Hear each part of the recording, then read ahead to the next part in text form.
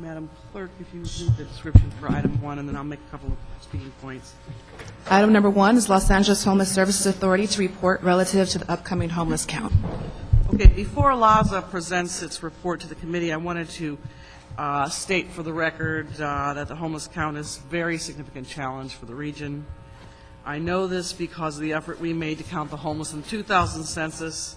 This is the third HUD mandated count for us, and the city of LA and the county share the cost of the count, so I think it's important for every council office to be aware of the count and to participate and to assist LAHSA with information about homeless locations and services in their district. And I say this because I want LAHSA to do outreach to each district to make sure that they help you.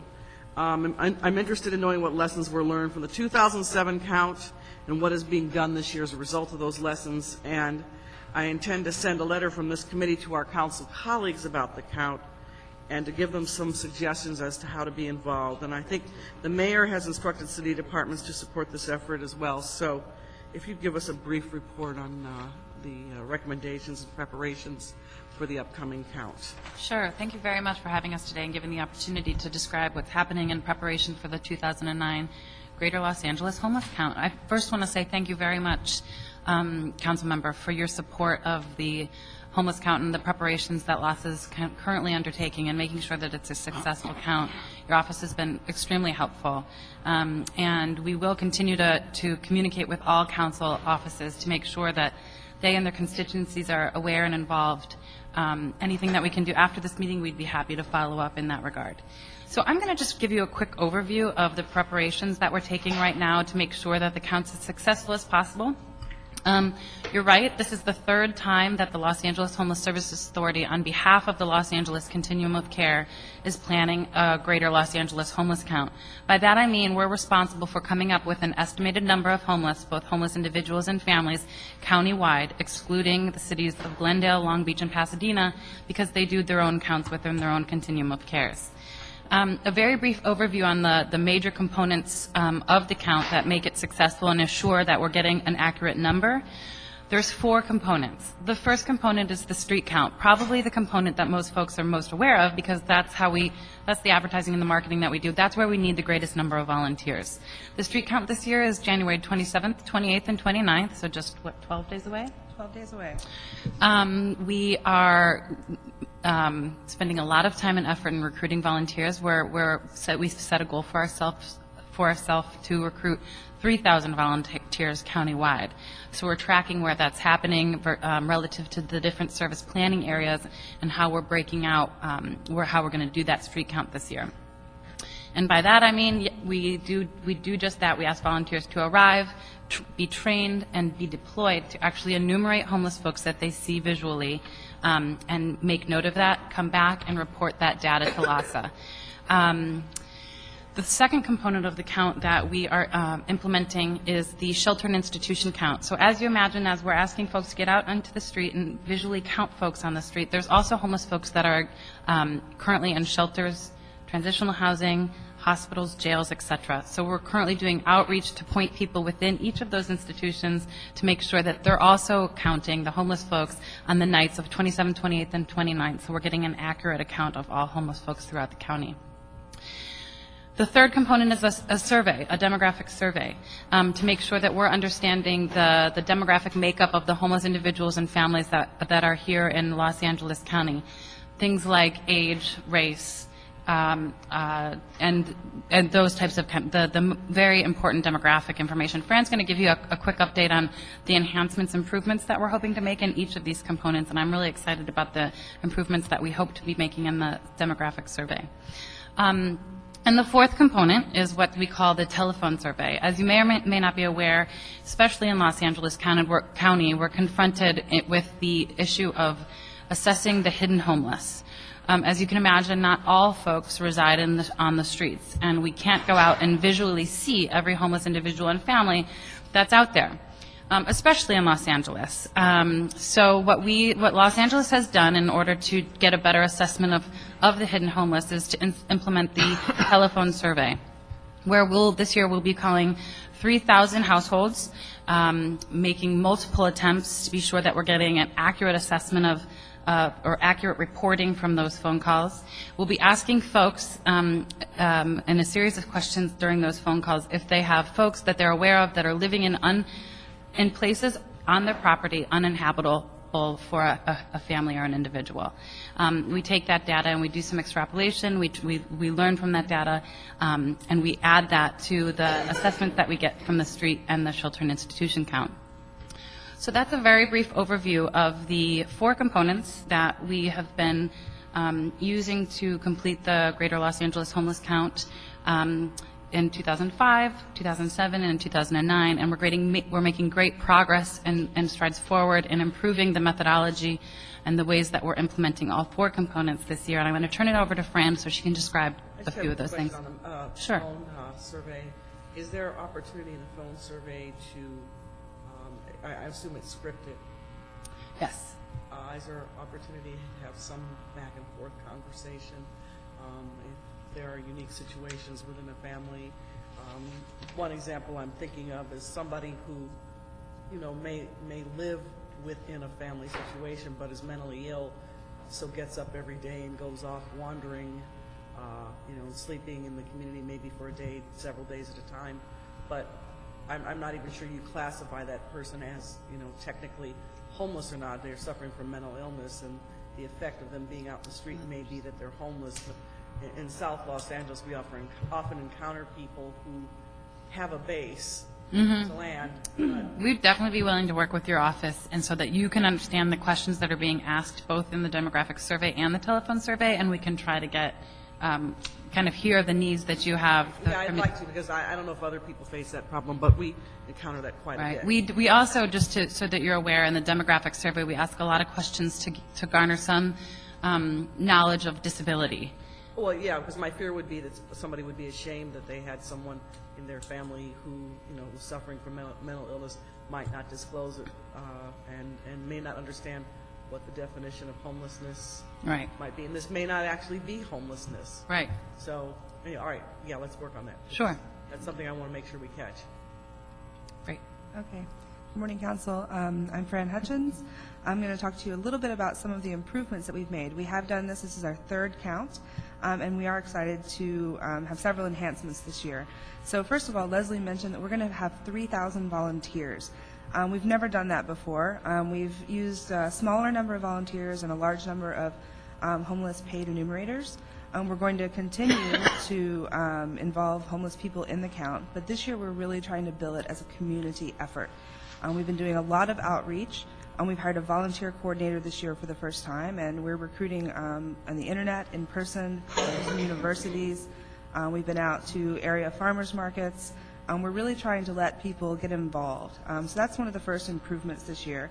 We're also going to be counting more of LA County than ever before. We're going to be counting around 760 census tracts, which is several hundred more than last year. We're able to do this because we're involving so many volunteers. So we're going to get a more accurate number. We're going to get a better picture of what homelessness looks like in a larger area all the way across the county, from the Antelope Valley all the way down to the South Bay. So we're really excited about that. And then with the demographic survey this year, we've made some enhancements based on feedback we've gotten. For example, we are going to be asking people questions about the economic crisis, how foreclosure has affected them, if it has, so that we'll have that data and we'll know how that's affecting our homeless neighbors. We're also working this year with some the statisticians out of the Survey Research Unit at the University of North Carolina, Chapel Hill. We're doing this because we want to create the best sampling strategy possible, using the census tracts and the areas that we know. We've solicited feedback from homeless outreach workers throughout the county. We've solicited feedback from our own emergency response team and service providers as to which areas have the most homeless people. We've used that data in addition to other data that the Survey Research Unit, the statisticians, have found to get the sample of the tracts we're counting. So we're hoping to get really good numbers this year with a high confidence level. I also just want to say that you may or may not be aware, but in prior counts, we've been able to provide specific numbers of homeless for the City of Los Angeles And then countywide, we also did a specific count for Skid Row. Beyond that, we haven't been able to provide a specific number for other cities that fall within Los Angeles County. However, we do know that there are homeless folks in many of those cities. And so we're trying to get a better understanding of the impact of homelessness in other cities beyond the city of Los Angeles and Skid Row. What we've done this year, however, resources are always an issue, right? So it takes more resources to get a more accurate assessment of homeless in individual cities. One of the things I'm proud of is that we did not get additional resources this year from the city or the county to do that outreach, but we created a program and we marketed a program to each of those cities that fall within the Los Angeles County. We're calling it the opt-in program, and we're trying to make it as easy as possible for cities to be involved in the greater Los Angeles homeless count so that they can get an accurate assessment of homeless in their communities. And by that I mean that they can do full enumerations of all the census tracts that fall within their cities.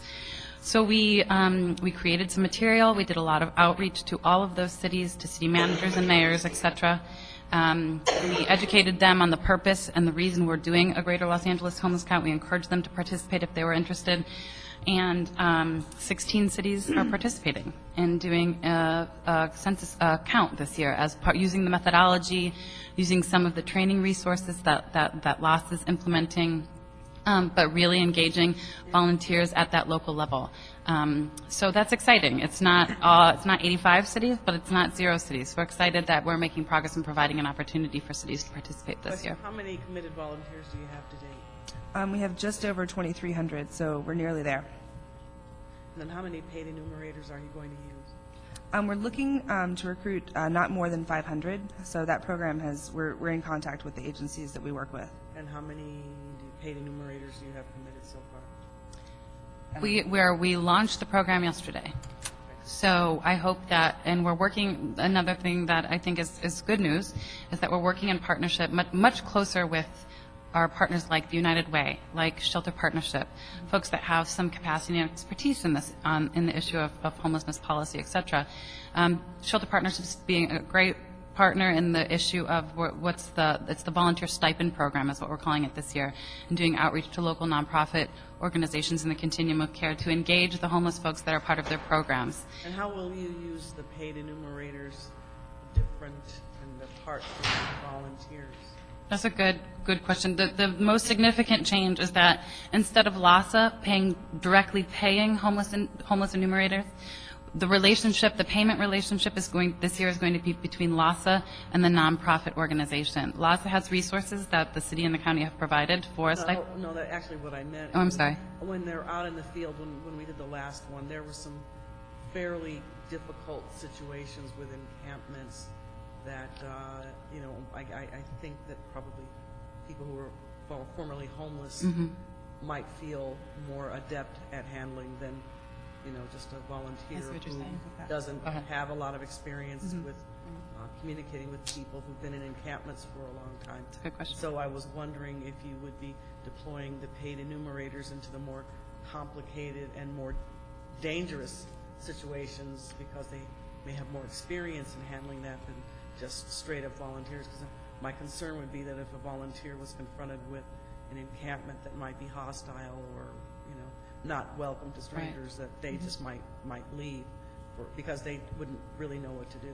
Right. Sure. So this year, we are going to use homeless people as what we call lead enumerators, who can act as a guide in some cases. But we've also done a lot more outreach this year to outreach teams, as well as to the Parks and Rec Service has been really cooperative to helping us get into some of the areas that are a little more closed off. We've had help from Council Office 13 and 4 in counting areas of Hollywood, Griffith Park. We may even be able to do some of that using, just going in there, not with our volunteers. So some of the more, we're calling it extreme geography. We're actually going to be working with our city and county partners to count. And we're trying not to send volunteers into areas that are more dangerous, like the riverbeds. We'll be using experts, including lead enumerators and including outreach teams. That is one of the things that now that we have many more volunteers who don't necessarily have experience with homeless services, we're being really strategic and targeting those areas that we know, and we're going to get in there. We're working with Kath in Hollywood, who's going to count part of the canyon. We're working with and the riverbed as well. So we have been planning around that. Mr. Garcia has joined us. Do you have any questions? No, just if you had a list of those 16 cities, love to see.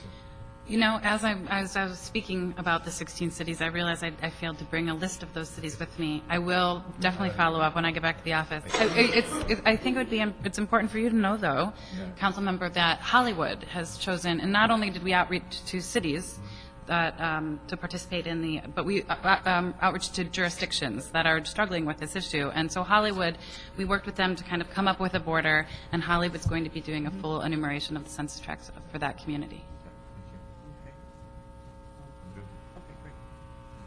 Okay, thanks. Thank you. Thank you very much. We're not taking any action on this at this time. Okay. Okay, great. We're going to skip to number 3 because Mr. Rosendahl wants to be here for number 2, and I know he's on his way. So we'll just go to number 3 in the hopes that by the time we're done with that, he will have a chance to be here. He's stuck on the 10. Okay.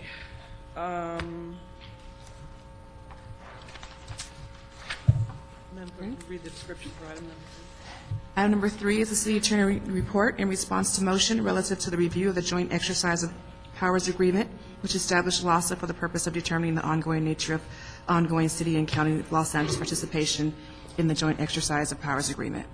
So before we get started on the report itself, I know there's been some concern expressed about the motion that I submitted regarding a review of the joint powers agreement between the city and the county that established LASA. And I had asked the city attorney and the chief legislative analyst's office for some guidance on the motion. And there are some specific things that I'm looking at as a result of the motion. I want the process for looking at the JPA and examining how it's working and what, if any, recommendations can result from this process. I want to know from the city attorney how we would amend the JPA if we determine through this process that is what is needed to strengthen our ability to serve the needs of the homeless. It's also important to me that the programs and planning at LASA are consistent with the homeless policy that we establish here at City Council, and that the county and city enter into a discussion about how we can work more effectively with homeless issues. And most importantly to me, that the city continues to build housing for the homeless and the county establishes their programs so that we can use our resources wisely. That's my objective. I don't know whether we can achieve that, but that's my objective in exploring this motion. It's my goal, and I think it's an important exercise. And I'm going to do my best to gain active participation on the part of LA County. Don't know whether I'll get it, but I'm certainly going to try. Now, LASA is a part of this process, and I do want to hear from the city attorney, followed by the executive director of LASA first. And the executive director can come to the table. Jesse, I think you're here for the city attorney? Yes. Okay. And then who's going to speak for LASA? All right, so why don't we let the executive director go first and then the city attorney? Great.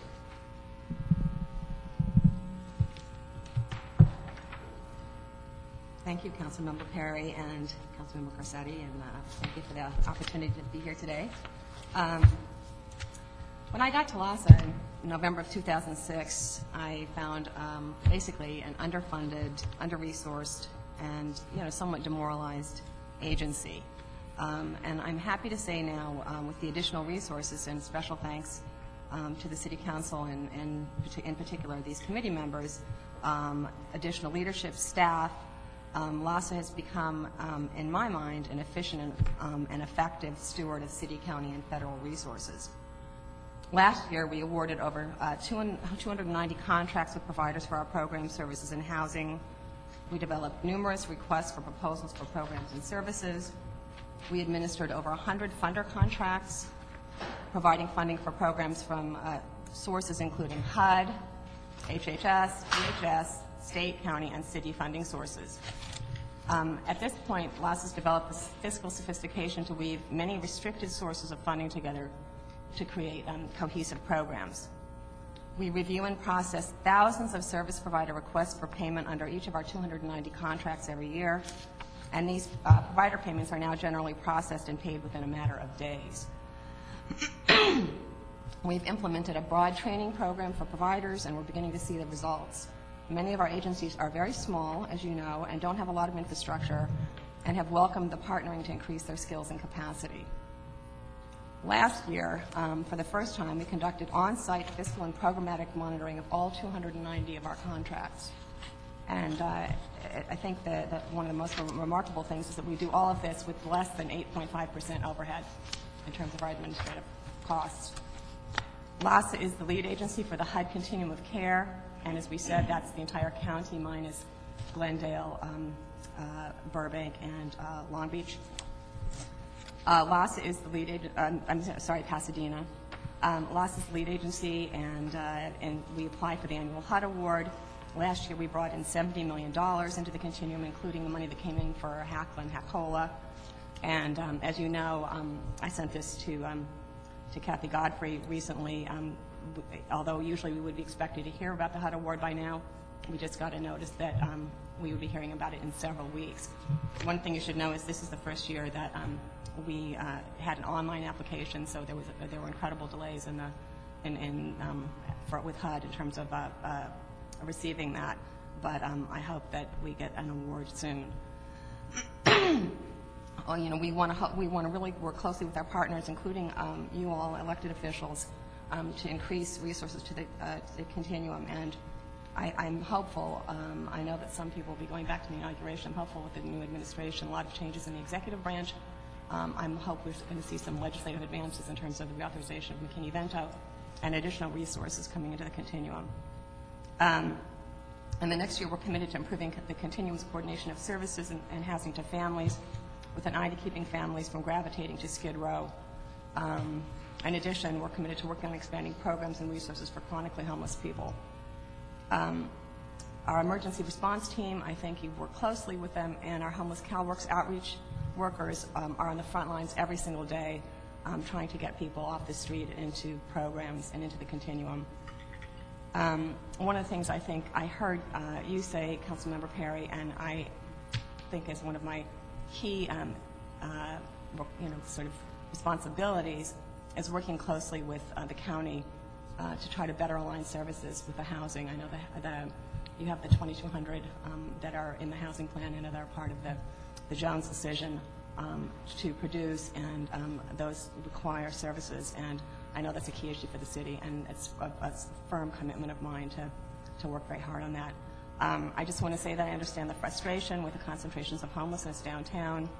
One of the things we did this year was we did a lot of outreach and technical assistance to the various cities in the county about the housing element, and we offered technical assistance to them in terms of developing their housing element plans. And we have tried very hard. I know Shelter Partnership as well has done this to do outreach on SB2, so they understand they have an obligation to site shelters and to provide services in their communities. So just in short, I want to say that the 100 members of the LASA staff are committed to working with this committee and the city, and we really want to make an impact. We're committed to making an impact on homelessness in the community.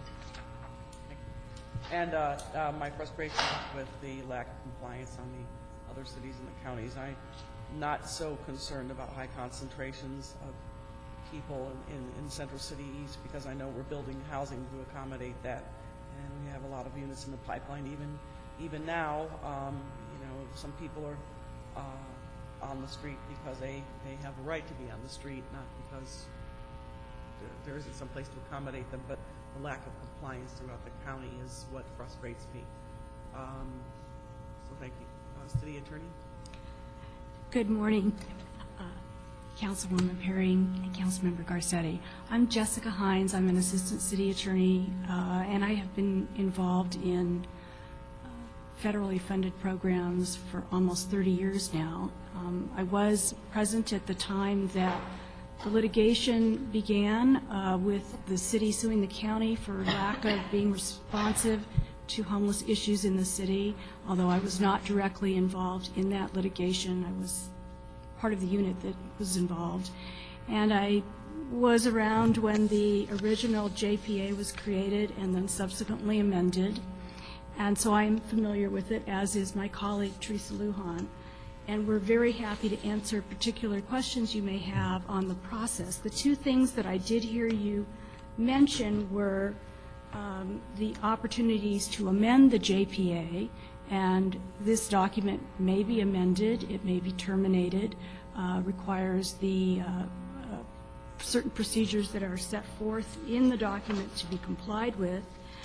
And so it's definitely a document that can be changed.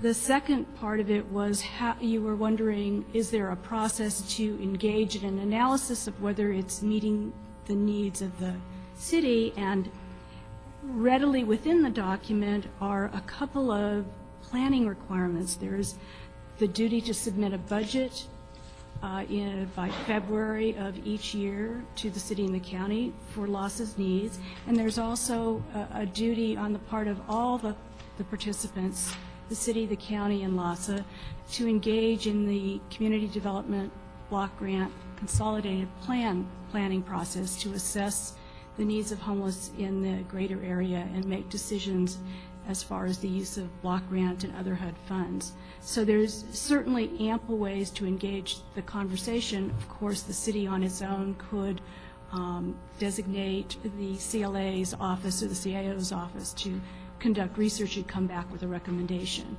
And I'm very happy, and so is Teresa, to answer any specific questions you may have for us. All right. And then Ms. Barclay. Good morning, Mike Barkley with the CLA's office. At this point, we're here to listen to and take direction from the committee as the ongoing nature of this review. Okay.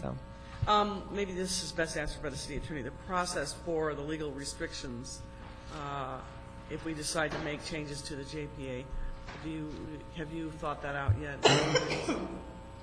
The legal, do you want to go ahead? Yeah. You mean the process for amending the JPA, which requires approval of the parties, of course being the city and the county, and 30 days notice. And if the county doesn't agree, then what does that mean? Well, the JPA requires approval by both parties. There's a termination. And there is a termination provision that requires a 180-day notice. I mean, if it gets to that level, but it does require approval by both sides. I just wanted to, also to point out, council members, that county council is here today as well.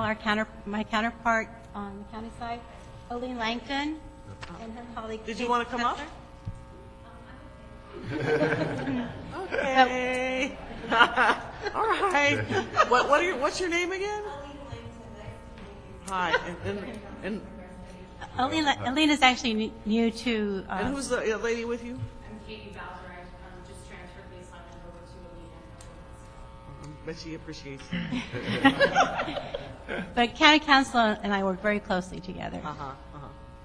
So basically, again, just review it first, or the process. Should we decide to amend the JPA? What's the process? Step number 1, number 2, number 3? Well, an analysis or review of the changes that you want made, and then notice to the other party, 30 days notice, so that would be required, and then approval by both sides. So an approval means approval by the governing body, which would be the city council and the board of supervisors. Okay. And does it have to have it's not terminable just because you have to establish a basis upon which, or a basis upon which to amend, correct? It doesn't require cause to terminate. No. It simply requires an agreement between the parties that they wish to amend, or termination can be done without agreement, provided there's appropriate notice given, and that there is one proviso that's important, that if the authority has any independent grant agreements with the United States or California or their agencies, that that the termination can't interfere with the terms of those grant agreements. Well, I think that my motion provided a framework to examine whether, there may be cause or no cause, and it's directed to the chief legislative analyst. One was an analysis of city funding over time provided to LASA. The next point was on efficiencies in service provision and whether or not those have been achieved through the joint city-county funding of LASA program versus whether or not that could have been achieved through independent operation of these programs by city and county. Basically, I'm asking the question whether we could do better on our own and get more federal funding and be able to spend it much more efficiently and actually deploy it much more quickly than having to be in a partnership or not with the county. Assess the success of LASA in engaging with other city departments and the County of Los Angeles, and then reviewing the mission as defined by the JPA in light of the city-county programs that have been established for homeless people within the last 15 years since the agreement was executed. And then lastly, a review of the composition of the Board of Commissioners as described in the JPA and whether, that has been an effective model or not. So I guess what we're going to have to do is to have CLA take a look at that and provide us with a report on each one of those points for our next meeting so that we can have a more in-depth analysis. The only thing that I don't know if it's onerous to go back 15 years. I suspect that it is. But on the other hand, the information 15 years ago might be kind of sparse. There's probably some middle ground there where you'll begin to hit more, I guess, in-depth documentation and information. And I don't know if you have a sense of that until you get into it. Yeah. And even whether documents and records have been retained.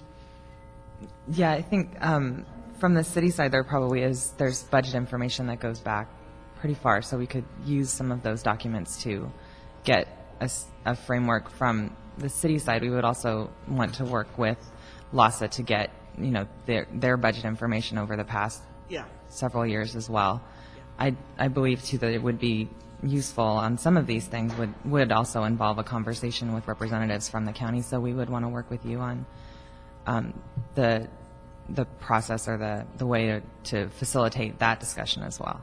Basically what I'm asking is, especially now that we have a new administration, whether or not we can do better as in an independent operation or not. I want to go through an analytical framework to see if we can either be more competitive or not. It may be the best model that we can come up with, and it may not be. I'm not sure. I just want to go through the process and see what comes out on the other end of the pipeline. Yes, ma'am. Okay, so those are all contained in the motion. Mr. Garcetti, did you have any comments on that? Just to be clear, because as a three-person committee, we're not able to talk about this privately at all under the Brown Act. Are we going to get analysis back from the CLA of different frameworks? Is that just something that we should be doing ourselves based on whatever information we get? Are we instructing the CLA to actually do analysis of, okay, could be independent, could continue with it? I would be fine with that if that's where their research leads them. I'm expecting that they'll go back and do the overview and look at the mission, the composition of the board, and basically I want to look at funding stream and see how we've done within those critical years. If you can go back 15 years, that's great. If you can graph it, that's even better. And to be able to demonstrate how we did as a JPA and how we might have done otherwise. And, obviously you can work with us to see how we do that otherwise part, because in some ways that may be speculative. Mm-hmm. But I am certainly open and interested in any other template for configuration. And, I say this without any degree of malice. It's been very difficult at times to work with the county to be able to get money for the services that we need and to get the county to move their other cities along to be in compliance, and, I'm questioning whether or not we can just do better just by going directly to the federal government ourselves, unencumbered, on behalf of our own city. So just to understand the chair's intention, is it it's primarily a financial analysis of where we can get the largest balance? Not so much operationally does this work best, it's more what else is more dollars. Or if we already, or if we actually are in the best situation, I don't know. I'd like to have that demonstrated to me one way or the other. Do we basically, do we get a divorce, or do we stay married? That's basically all I want to know. Because are we getting the most money we can get, or but not? It's based on the finances, not on the content of the marriage, right? Well, yes and no. We want both. No, well, a little bit of both, because I think it's been. I don't have a problem saying this. I think it's been difficult, not only at times to work with the county. I mean, Project 50 is an example of that, where we could have leveraged money and taken people who are in your programs, my programs, and strengthen our own continuum, and work with the county. That's just a really simple example off the top of my head. And also the configuration of the board has been extremely challenging. The loss of board, yeah. It's conflict of interest. I mean, you have people on there from not conflict of interest in the legal sense, but people have very different agendas. There's some of the county members who come from some of the smaller cities where they're not receptive to locating homeless housing or low-income housing or services for people who are mentally ill and homeless. Our members who vote on the commission. That goes against our interests. Just examples like that. Kathy attends the meetings. The last one I attended, I think that's when we had to downsize our shelter, and because we couldn't get the funding. And besides you, I don't think Bill as of late, but I had the largest shelter in the city. And that again goes against our interests. I mean, the problem with the city of Los Angeles is with so many cities in the county being out of compliance, we end up taking care of everybody anyway, or the people who can't get care in their own home cities. So we're taking care of the region basically, and not necessarily getting the region's funding for our own city. So the question is, I think the question is about framework, organization, composition of the board, all those things, but it all devolves into a question of, are we getting the most money that we need?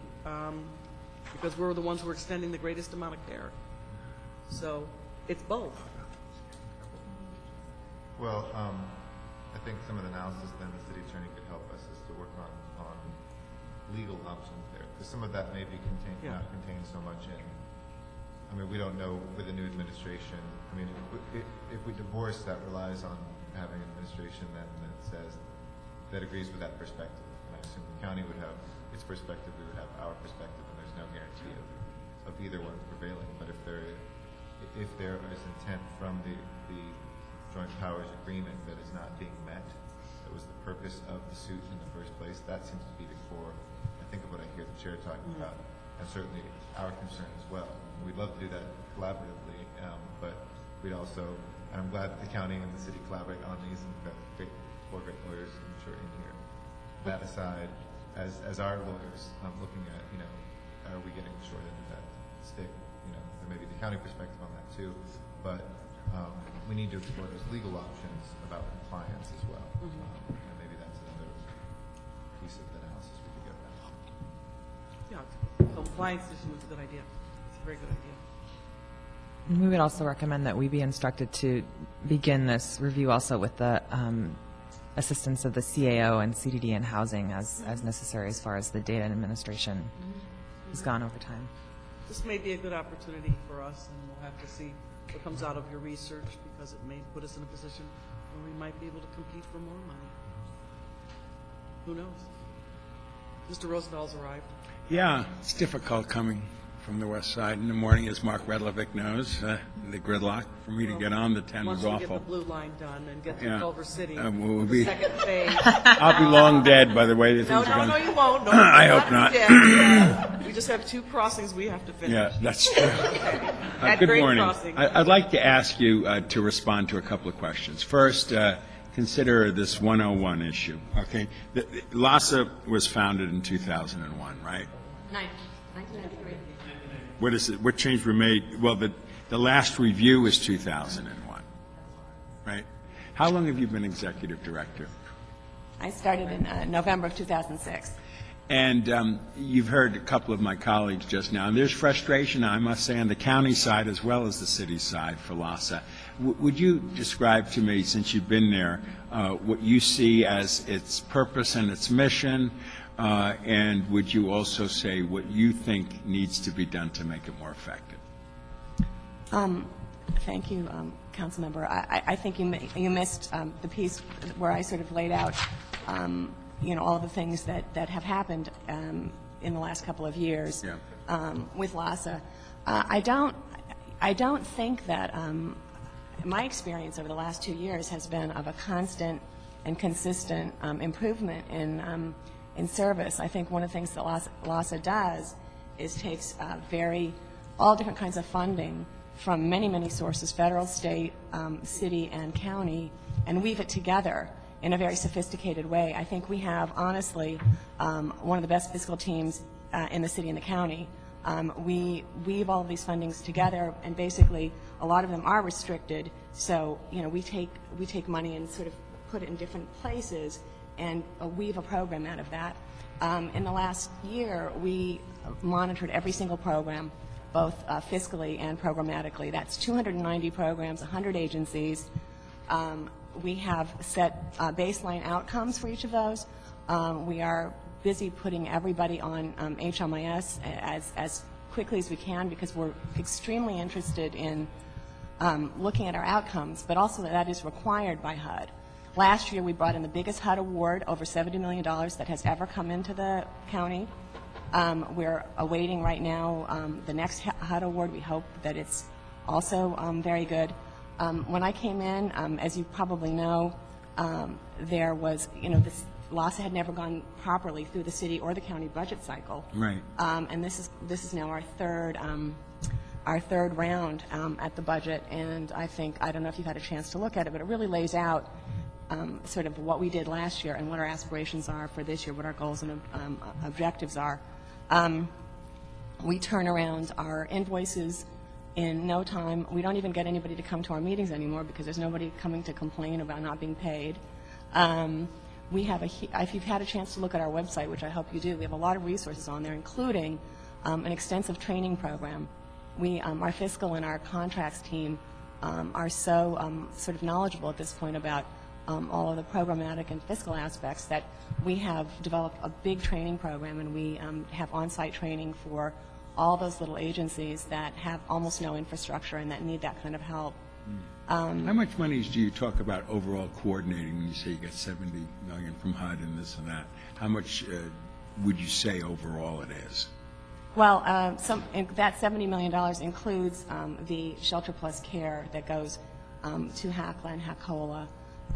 So I'd say that the total of, Steve, what's the total of our minus Shelter Plus Care?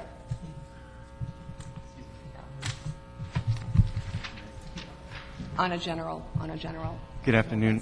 Good morning, Council Member. Steve Andrzejewski, I'm the CFO of LASA. Our operating budget this year is $67 million. Of the $70 million that comes in from HUD, there is we actually manage about $30 million of that, and the other $40 million is Shelter Plus Care. Yeah. That goes to the city and the county.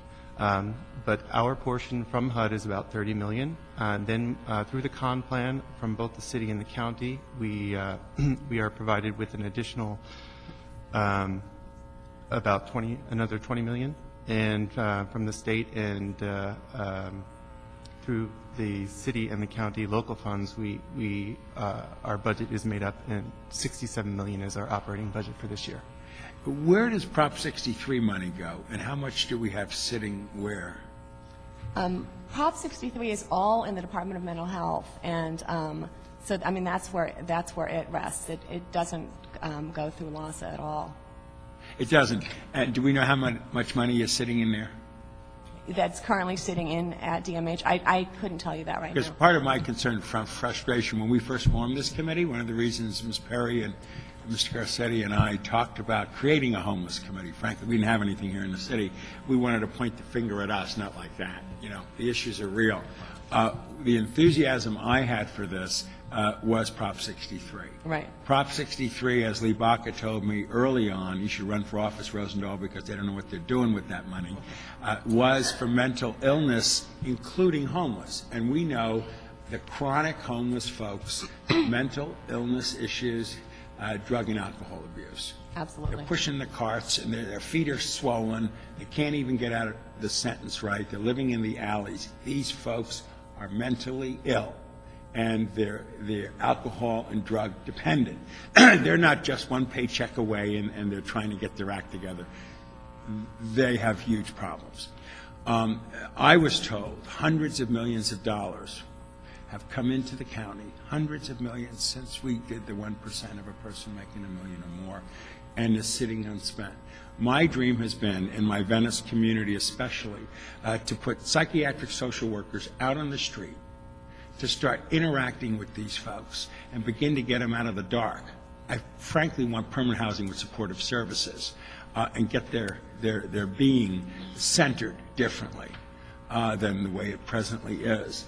And I have not. When I hear that D.D. Hirsch gets cutbacks, when I know they have a whole battery of psychiatric social workers, I want 1,000 social workers on the street right now interacting with absolutely every homeless. I'll give you an example. We struggled to open up those 2 winter shelters again. And we have 300 folks in those shelters. I've been there. We were giving out socks the other day, and everybody comes running up to me for help.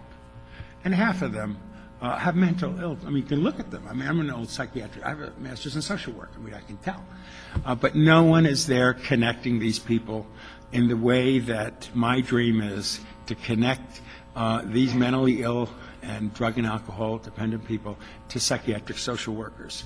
And yet we're not hiring these people, and we have these monies in silos. Does anybody have an answer for me where Prop 63 money is and what we're doing about that? I know Leslie. I'm sorry to interrupt colleagues. I know Leslie wants to say something in a minute, but I just want to say that, you know, I completely agree with you. I think that mental illness is one of the biggest issues we have. It's a horrible unmet need. And I know that, you know, I serve on the advisory committee, which Leslie now serves on, and Kathy serves on, of the MHSA housing, which they're just starting to, I think they've just approved the first housing project under MHSA. So, you know, we can probably talk a little bit more about that. But, I mean, I think there have been a lot of questions. There are a lot of questions about, you know, MHSA funding. And I think, you know, I wonder if there's some kind of forum that we could have, because I know this has been a concern of yours, basically since you and I first started talking, when you first came, that we could do some kind of forum or roundtable, a meeting or something between the city and the county around MHSA, because that might, I think that might be, you know, important for to get these questions answered.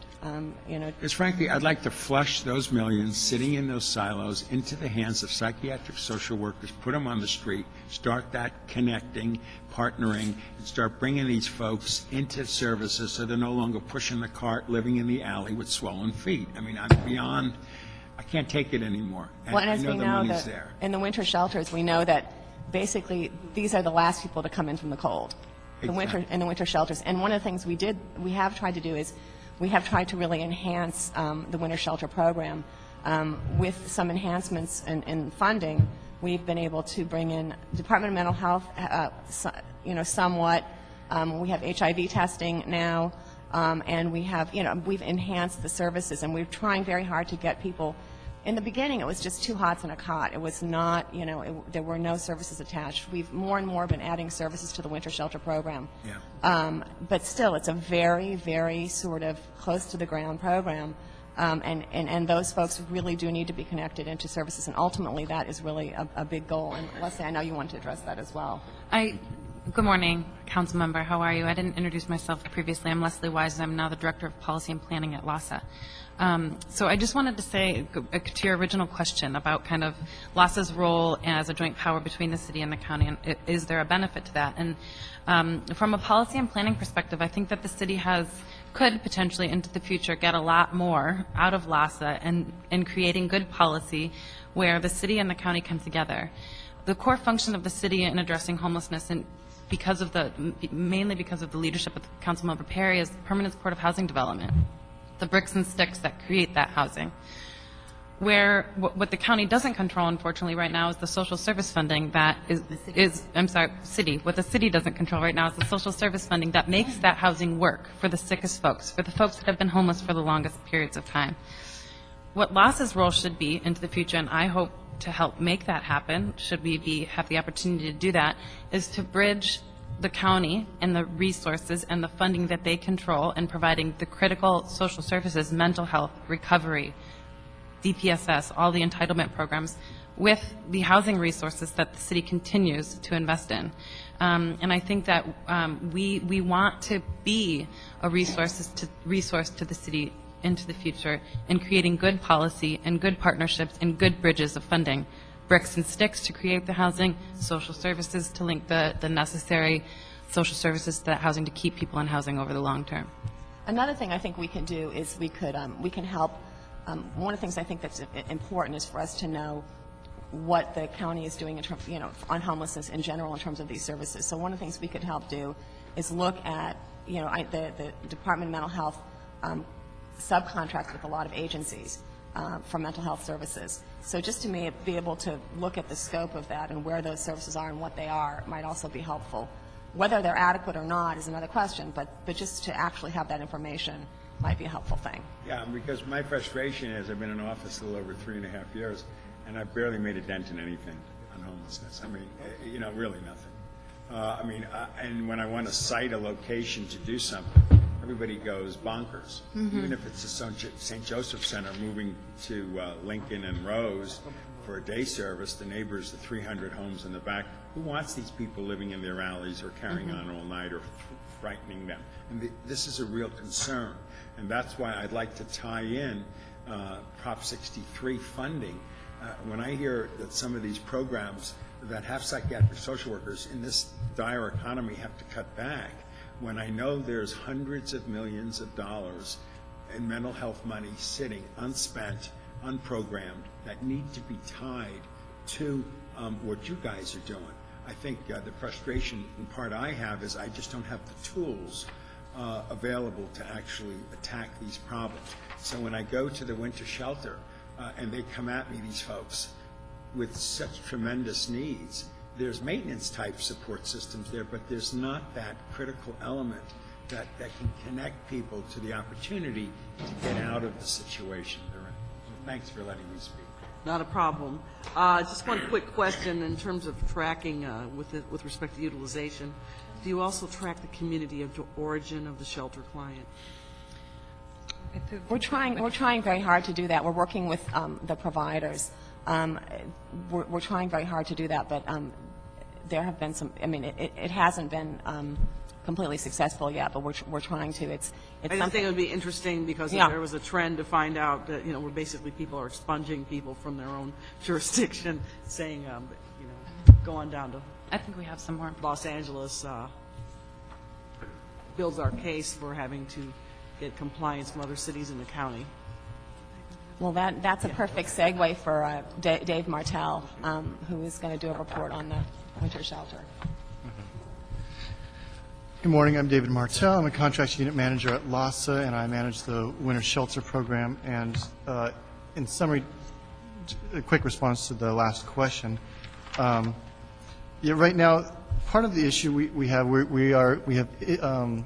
implemented the HMIS system in the winter shelter programs, and there's pretty specific questions about where people came from, what the last housing situation was, and the question is, what was people's last permanent address, and a lot of clients, what the shelter intake workers are reporting up to their management and up to us is that a lot of folks are coming in with, I don't know, I don't remember, it was, long ago, so there's just a lot of unknowns. So we have information about where people are coming from, but because such a large percentage is unknown, it sort of it waters down the information. So Waters down with what? The volume of unresponsive answers at intake is sort of watered down. So it may be like, in some cases, 40 or 50% of the data is unknown. So then what we're left up? That basically is people don't really want to answer where they came from? Right. So that's our challenge. And again, I mean, we have certain information, and I think we're trying to work with the agencies to get better or smarter about, intake or asking more questions or asking more on that item instead of just asking once, getting a response, and then moving on, which is typically when people are doing intakes at the winter shelter, they're just trying to do quick intakes because there's a volume of people coming in, answer the questions, move on to the next person. Okay. But so what I'm coming today to present to you is how the winter shelter is operating this season. I have some handouts that I passed out and that I'm going to be presenting. Yes. But Okay. Can I just ask you to hold for a second? Sure. Because I forgot to make sure that we voted on item number 3, and before we do, I wanted to amend my motion to add the Chief Administrative Officer and the Community Development Department to the motion. I can have a second on that. Sure. Okay. And then if we can vote on the motion, what's the matter? Sorry, and the Housing Department again. We can amend to include CAO, CDD, and Housing. Second again? Second. Okay. So without objection, that'll be the amendment. And then if we can vote on the motion itself for item number 3, are there any objections to that? Nay. There's no objection. There's no objection. Yeah, like nay. So moved. Okay, all right, so we'll move that. Thank you. All right, now, back to you, item 2. Thank you. Thank you. So for starters, I'm just going to recap a little bit, again, what we went through to get to where we are right now. Certainly from the challenges last year, we came and requested and are gracious to have received additional funding for the program. Every 3 years, we rebid the winter shelter program, and it was necessary to do that this summer. And one thing that we did this season is we rebid earlier. We got the RFP out earlier. We got under contract with agencies earlier. We got the money earlier to sort of smooth the way into the program and make sure agencies were able to, hit the ground running on December 1. Different from last year. Last year, more than half of the shelters were not open on December 1. This year, only 1 of the 13 shelters was not open. All 12 of the 13 were open on December 1.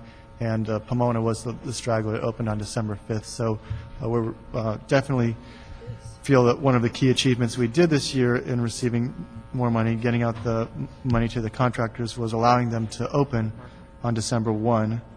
And I think that's very important. We have been out to monitor all of the agencies, and, there are minor issues at some of the agencies, but overall they're operating in compliance, and we're happy with that performance so far. Very quickly, this year's occupancy at the shelter, the occupancy data in front of you is basically through January 11th. We get weekly updates from the agencies. So the last update, they sent numbers in to us on Monday. So in the teal color, the 16%, the large 16% is West LA, because I guess South LA has the same color, but that's... I'm sorry. So basically, the way it runs is the very first one, Lancaster, is at 90 degrees. It's the 2%. Okay. And then they run clockwise. So the 7% is Burbank. Okay. The 15% is Green, is downtown. Okay, great. Okay. And so, yeah, that 16% is actually South LA, the People Helping People. That's the People Helping People shelter. And MJB means, and what is PHP? Sure. So those are, we have two programs in South LA, and the distinction between them is who they are. Okay. One is operators MJB Recovery. Yeah. And the other operator is People Helping People. Yeah, okay. And so, again, Explain the unused capacity at this point, what's that? I'm sorry? the unused capacity. So the unused capacity is well, it's basically, we contract for a certain number of beds with shelters, so, and many of them have different occupancy numbers. In Lancaster, we contract with them for 35 beds. In Burbank, we contract with them for 150 beds, and there are varying degrees. But of that amount that we're contracting, this is how many of those beds have been full on average through January 11th. So in Lancaster, they've been running at 92% occupancy. In Burbank, they've been running about 59% occupancy, and on down the line. And again, what I've done, the first two pages are this season, 2008, 2009. The third and fourth page are 2007, 2008, so you can do some comparisons of how we are this year as compared to last year. And again, the program overall, at this point last year, was at 71% occupancy. This year, we're at 80% occupancy, so there's about a 9% increase on that. In terms of persons per night, last year it was about 1,080 per night that we were seeing, and this year it's about 1,328 per night. So, again, that's just the actual numbers for the increase in occupancy. And again, so the first chart is basically just of all the people that are coming to the program, what is the distribution like? And really, from last year to this year, there hasn't been much change, maybe 1 or 2% in each shelter, but there has not been a lot of change in terms of overall distribution. Regarding capacity by agency, the second chart, almost universally, everybody has seen increases or the occupancy has been level.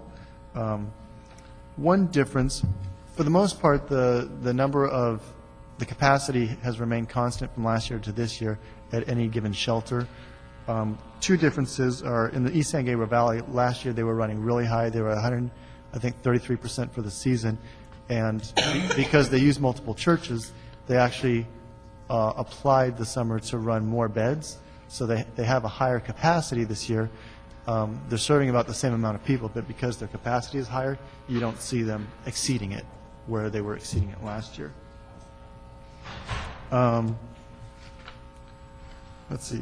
And then if you turn to the second page, the two pie charts basically demonstrate the first one on the left is just the occupancy capacity of each shelter. So that's just what we contract with them for, if you will. Again, in Lancaster, it's the 35 beds. In Burbank, it's 150 beds.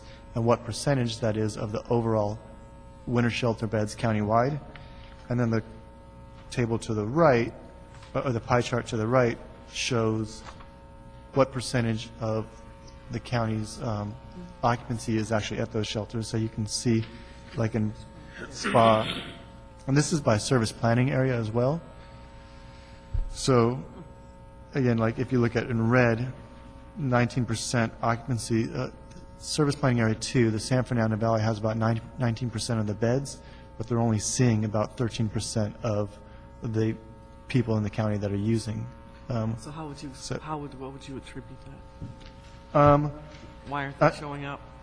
So there's 3 shelters there, Santa Clarita, that make up Spa 2, Santa Clarita, Selmar, and Burbank, and they're all low occupancy, and I think part of it is Burbank is the highest of them. Again, you can see in the previous page, Burbank was at about 60% occupancy. It's still not as high as it really ever was when the shelter was in Glendale, and I think you do see a lot of people. They basically have a lot of people from Glendale going there, but I think there's probably folks that were used to going to the Glendale Armory that aren't going there anymore. And that's in Silmar, the occupancy is at 46%. That's actually increased slightly from previous years. Because I've been involved in the program many years now. I know one year there just wasn't a shelter in Sylmar. They operated in North Hollywood, and then ever since the LA Family Housing operated the program at its shelters in North Hollywood, and since it has reopened in Sylmar, the occupancy never really returned to what it was. People dissipated. I think so. And again, it's starting to creep up. We've worked with the agents, the contractor, to do outreach to get their numbers up.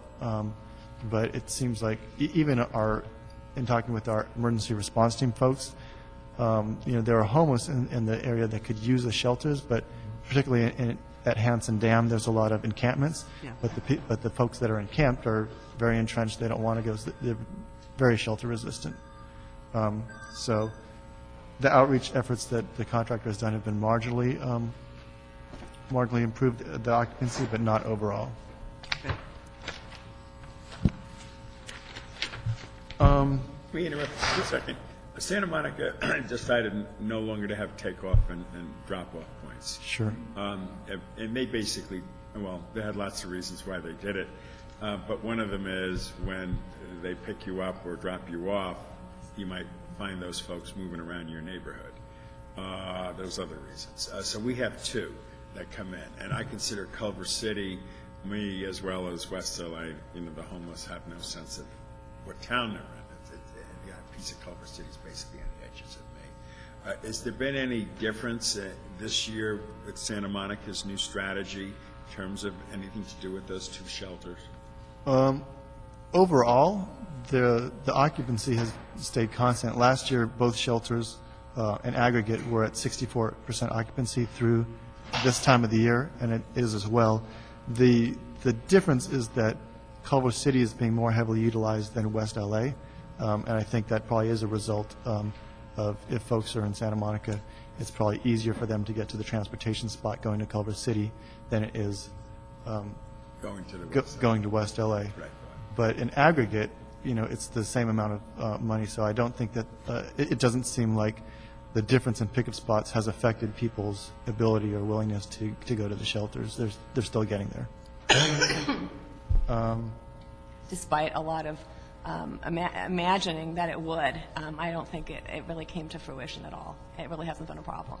I understand because there's a grapevine of interconnection out there, and people just figure it out Right. and figure out how to move around. I think one of the concerns we had coming into the season would be that the pickup spots at Venice and West LA would be more heavily impacted with the change, and we really haven't seen that. And even talking with your staff, it seems like that hasn't necessarily been the case. So that's definitely been a positive thing, that there hasn't been much. It doesn't seem that there's been a lot of impact on those communities. So the next thing, so that's the occupancy at the shelter. But then, of course, families do come to the winter shelter program and are, because we don't want them staying at the congregate shelters, families with children, that is, they are sent to hotels. And again, with the increase in money we received going into this season, we asked agencies to tell us what they needed in terms of vouchers. Agencies asked for more than they ever got, I think, over the total program. The voucher budget increased about 23%, and the family situation has been it's exceeded what expectations. More families are coming to the shelter than folks anticipated, and we had concerns about that coming into the season, knowing what the economy was like, knowing that there were fires, like particularly in Sylmar area, that we could be inundated with families. So what we did was we asked agencies to report to us on a weekly basis what their voucher spending was. Typically, they just turn in an invoice at the end of a month, and we pay the voucher amount. We didn't trust that we would get sufficient notice if we needed to react to any situation under that process. So we asked agencies to report back to us on a weekly basis. And actually, I'm turning to the next handout that I provided to you all. It's at the top, it says Family Voucher Program, and in blue it says Current Actual to Budget. And so what we have here is what agencies have reported, again, through what they reported to us on Monday. And what we've been doing is tracking how they're utilizing the voucher money and which agencies are exhausting their money, and to be able to track and see if we need to make augmentations. So we actually, West LA and Culver City were the first ones that came to us saying, or that the report showed clearly they needed an augmentation, and we were able to increase those. I think the provider in West LA, Culver City, Burbank, and downtown is Imago, and they operated those shelters last year and didn't see nearly the number of families that they're seeing this year.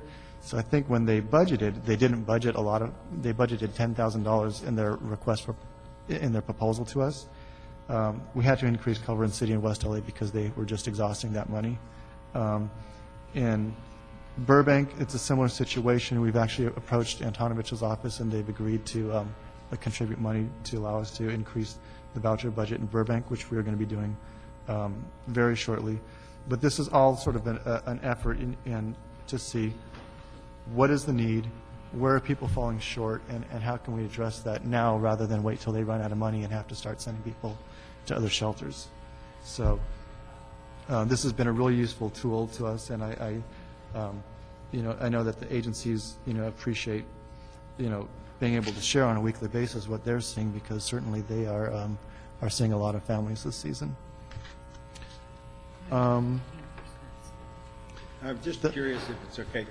My West LA shelter there, we were worried the governor and this and that, and we had to play some hardball politics in a way, and we were fortunate enough to let them continue to have the shelter. We were almost up against the clock. Right. What feelings do we have about next year already, starting with this year? I don't want to be, A, in a financial crisis trying to figure out how to pull the money together again, and B, I don't want to lose facilities that are critically needed. So that's actually a great segue into the last item I was going to talk about today. That's fantastic. Yeah. And good news for once. Thank you for the setup. So, one of the issues, this, in the state's budget process this year, the governor cut the EHAP, Emergency Housing and Assistance Program dollars, which is what we had been using to pay for the Armory rents.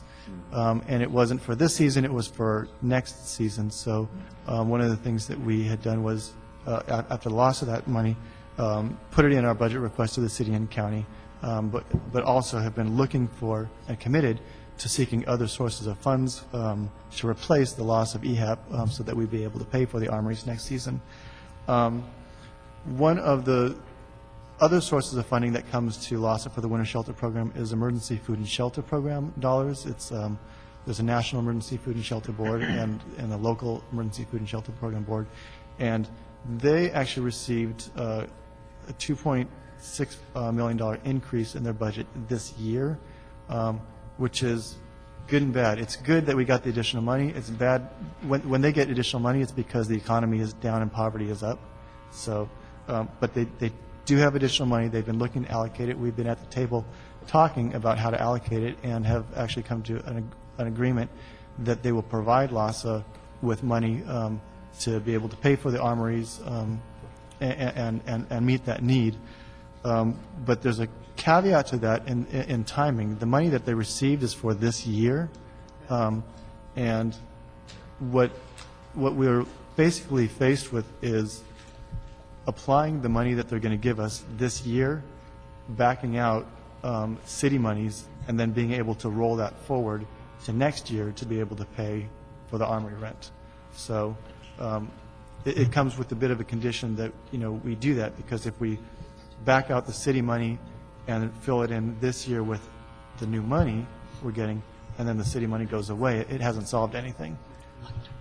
In conclusion, we'll be able to keep them open next year and fund them. So we'll be able to keep them open and running next year. We just need, to be able to roll the balances that we create in the city and county monies in this season. We need to be able to roll that forward to next year, because we can only apply the new money to this season. It basically expires October of. Is there any thoughts about extending the season? I think that's pretty set.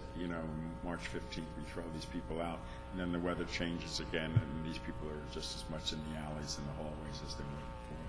Yeah, at this point, no. Year-round shelters is kind of what I would like to see happen with those two. Right. I think that, the primary issue is going to be two. I mean, it's cost, and right now we're budgeted through March 15th, but the other thing is availability. Many of the sites are loaned facilities, like the armories in San Gabriel Valley, the churches, and whatnot. So aren't any commitments at those facilities to go beyond the But, season. with our climate change and the insanity of everything else, there's no such thing as a winter. I mean, it's a 24/7, 12 months out of the year situation. Right. Any other questions? No, that's it. Thank you. Is that the end of your presentation? Yes, it is. If there's any questions, more than happy to answer. Mr. Garcetti? Have you been able to identify any potential locations in Hollywood for winter shelter? And I know the Business Improvement District is interested, and have you been able to collaborate with them at all? I've had some discussions with the Business Improvement District there, and it's basically, again, it was sort of a matter of timing. I think they became interested in winter shelter just as we were made our awards this summer. So part of the issue is timing and funding. Again, we allocated all the funding that we had as we were making the awards. So I think one of the discussions I had before the holidays was coming and making a presentation to the homeless coalition out there about winter shelter and what it would take to, site one, fund it and all of that. But at this point, that hasn't happened. A meeting like that hasn't happened. Okay. If you could do that, that would be good. We can say, I know most people don't want winter shelters, but we I think in Hollywood do, and we want to find a way to do that. And we've had them in the past, but it's a geographical gap in many ways, and a very logical place because of services and all sorts of other things that are there. So whatever we can do to continue that conversation forward, that would be great. So. All right, nothing else? No.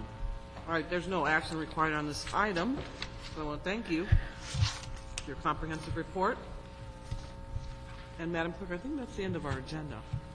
The only thing I'd like to know, Madam Chair, is there somehow in which we could find out about that Prop 63 money languishing in accounts that should be used for homeless? Yeah, let's ask the CLA, if you don't mind, if you could check on that. Yes, ma'am. And then report back to actually give us a report back to all the committee members, and we can put it, hopefully you can report back to us before the next committee meeting, but we can put it on the next agenda too, so we can have a formal report on the record.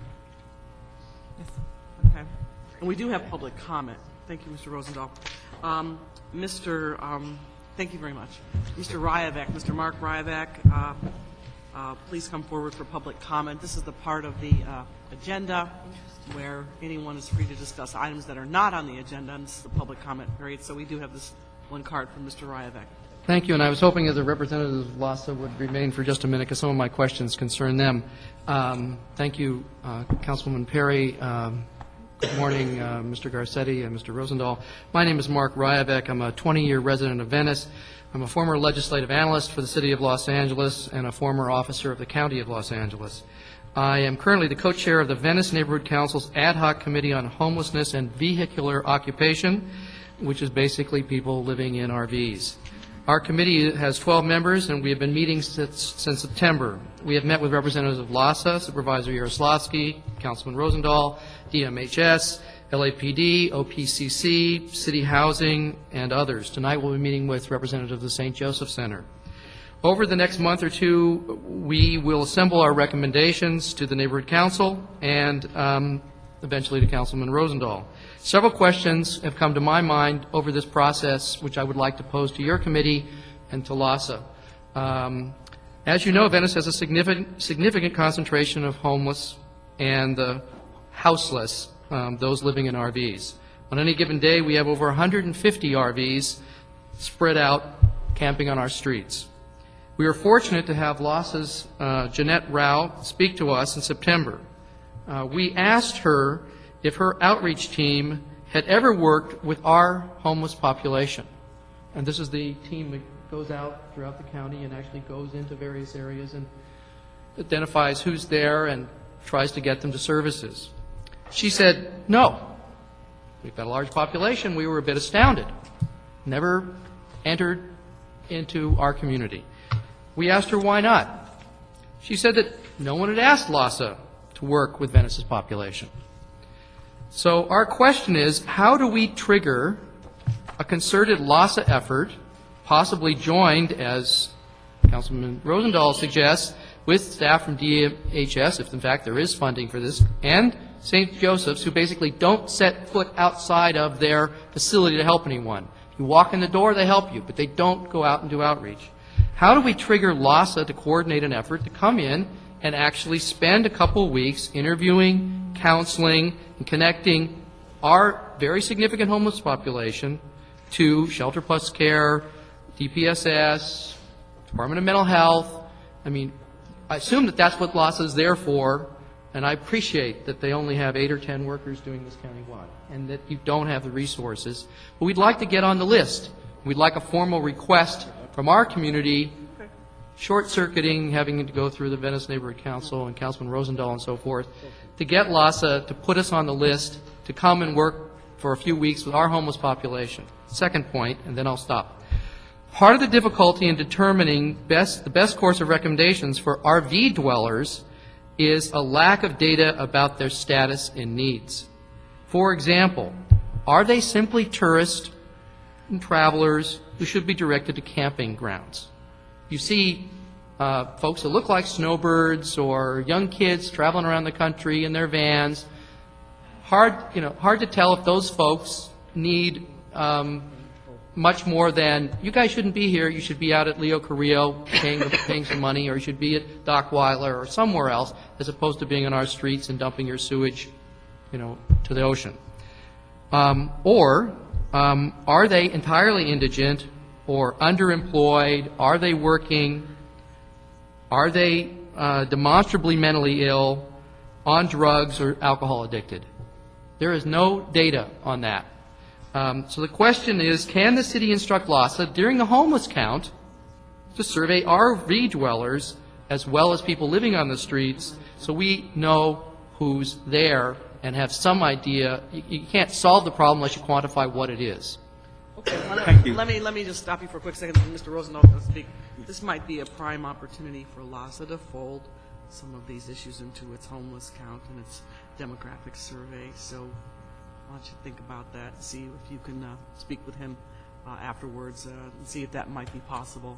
Mr. Rosendahl. First of all, I want to thank you, Madam Chair, for letting the 2 minutes continue so that my constituent could finish his comments. I'd like LAHSA, if you could, to respond. I frankly believe the connection between the social service agencies, LAHSA, needs to be done, number one.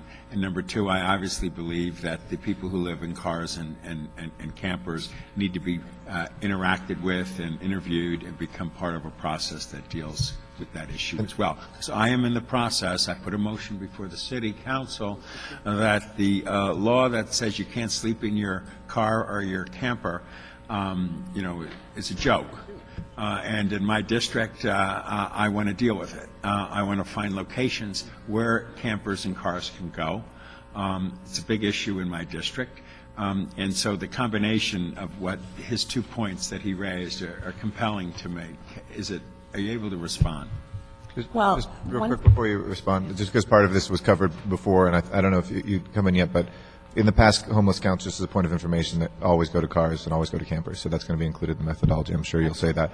And secondly, the teams, you just have to ask. I think maybe your point, and you can speak to this, but we same thing. It's squeaky wheel gets the grease, but just ask. And we've never been turned down for having a LAHSA team come out. So just because but because there are a few of them, they don't rove the county. But once they ask, they always come. They've never not come. So. Well, we asked that night, and as far as I know, they haven't come. Very good, but she'll respond right now. Well, yeah, the count's coming up, so it's a good opportunity. Yes. Yeah, I thank you for Councilmember Garcetti. It's true about the count of the RVs and the cars. That is a part of the count. But Councilmember Rosendahl, I think, recalls numerous occasions asking the ERT to go to Venice Beach, and they've spent an incredible amount of time, including going early morning, 6 a.m., 5 a.m. They've been many times. They spent a lot of time in Venice. So, I don't know exactly what the communication was, but they have spent a lot of time there over the past months, and they certainly will be glad to do that again. So, if you talk to Jeanette, I'm sure she'll be willing to go out there. But we personally worked on this not so long ago on Venice Beach. What I would appreciate if the Homeless Committee, which is the reconstituted Homeless Committee of the Venice Neighborhood Council, Yeah. they're really committed, that if you would officially meet with them at a meeting and have a good discussion and healthy thing and come up with points, protocols that maybe I could assist and my office could assist in implementing. Could we do that? Yeah, absolutely. And how about some more permanent supportive housing out there, man? Yeah, indeed. We would. Okay, maybe if people loosened up just a little bit. I Yeah, totally agree. I'm with you on that, okay? Because, like when you move people, they got to go somewhere. It would be really nice if you could have some no-brainer. production of units out there. So thank you, Mr. Ryovic. And you can tell your neighbors that I'm the one who said that, okay? So they don't get mad at Bill. Okay. About the permanent supportive housing, yeah, throughout the city. If I could just respond to that. Yeah. Since you raised it. Yeah. We've asked the Housing Department to give us a count of where the permanent housing is in CD 11. And Venice currently carries, at least permanent housing as opposed to permanent supportive housing, which is permanent housing, affordable housing. Venice currently carries twice its per capita share than anywhere else in CD 11. So when there's a suggestion that we take more housing of that type, there is some resistance. Oh, yeah, no, I know there's a lot of We already are resistance. carrying twice as much Yeah. as any other of council. Well, maybe you can help by talking to your other neighborhood councils in CD 11 to see if you can get them to loosen up, too. Well, we agree with you. Yeah, thanks. Okay. End the meeting. Thank you. Bye. Thank you so much. Oh, sure, honey.